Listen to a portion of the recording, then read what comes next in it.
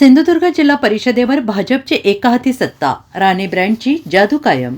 नितेश राणेंनी करून दाखवलं. संपूर्ण राज्याचे लक्ष लागून राहिलेले सिंधुदुर्ग जिल्हा परिषद आणि पंचायत समिती निवडणुकीत भाजपने एकाहाती सत्ता मिळवलेली आहे. मंत्री नितेश राणे यांच्या नेतृत्वाखाली भाजपाने जिल्हा परिषदेत तब्बल 27 जागा जिंकत स्पष्ट बहुमत मिळवले. तळ कोकणात राणे ब्रँडची हवा पुन्हा एकदा कायम असल्याचं निकालातून स्पष्ट झालं आहे. आज सोमवार दिनांक 9 फेब्रुवारी 2026 रोजी एकीकडे आंगणेवाडीतील श्री भराडी देवीचा वार्षिक जत्रोत्सव भक्तिमय वातावरणात सुरू असताना दुसरीकडे जिल्ह्याच्या राजकारणाची दिशा ठरवणारा निवडणूक निकाल जाहीर झाला आहे.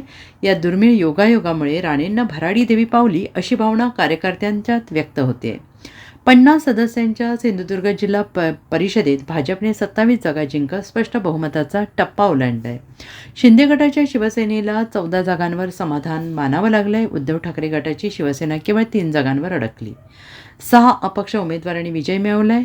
काही ठिकाणी चुरशीचं वातावरण दाखवून झालं. सगळ्यांचे मनापासून आभार मानतो. हा खरा तर त्यांचा विजय आहे. अनेक वर्षांपासून जे मतदारसंघ आमच्याकडे नव्हते ते वळवण्यामध्ये पण आम्हाला यश आलेलं आहे. ह्याच्यामध्ये जनतेने जो आशीर्वाद आम्हाला दिला, कुठल्या शब्दामध्ये मी आभार त्यांचे मानू हे मला कळत नाहीये.